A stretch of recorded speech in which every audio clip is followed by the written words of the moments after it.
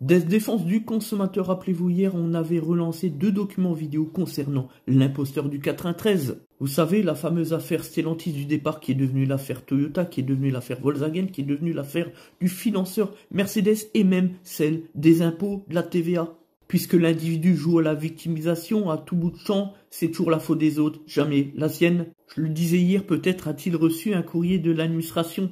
Un courrier dont il n'ose pas évoquer la cause sur ses réseaux sociaux. La raison du pourquoi on ne l'entend plus parler depuis un mois, jour pour jour. Pas de vidéo, plus une seule sur ses réseaux sociaux. Alors qu'il a toujours posté entre 1 et 3 vidéos par jour depuis plus d'1 an et demi pour diffamer, dénigrer et même pire encore faire chanter le constructeur Stellantis et les autres.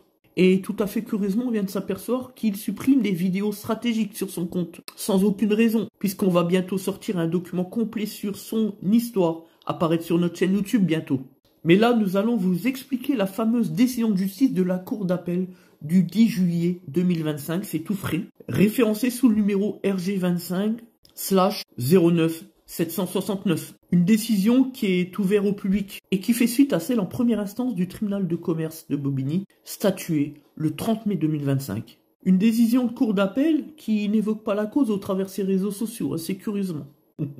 En effet, après sa mise en redressement judiciaire par le tribunal de commerce le 30 mai, il avait évoqué vouloir interjeter appel. Nous savions, nous, dès lors, qu'il n'aurait obtenu aucun résultat, comme le confirme d'ailleurs la cour d'appel le 10 juillet, 2 séants.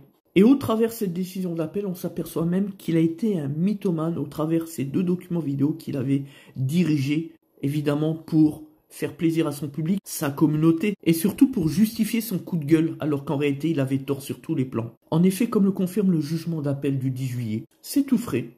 L'URSSAF n'a jamais donné le moindre accord pour préserver les intérêts de l'entreprise, de la femme, de l'individu, et surtout pour établir un échéancier pour la dette de la TVA. C'est un mensonge. Et finalement, le jugement d'appel retient la même chose que ce qui avait été retenu par le jugement en première instance du 30 mai. C'est-à-dire que le procureur de la République a été saisi sur la demande de l'URSSAF, c'est-à-dire l'administration, c'est possible, pour une demande de redressement judiciaire à l'encontre de la société, de l'individu. Parce que, suite à l'enquête et la saisine du mandataire judiciaire, les actifs constatés sur audit sont inférieurs aux passifs et largement, pas qu'un peu. 150 000 euros, dont 117 000 euros d'arriérés de TVA, alors que les actifs sont à 68 000 euros. Comme l'indique la Cour d'appel, l'individu n'a pas non plus, dans le cadre des débats, versé de garantie complémentaire. Voilà pourquoi l'exécution provisoire est confirmée.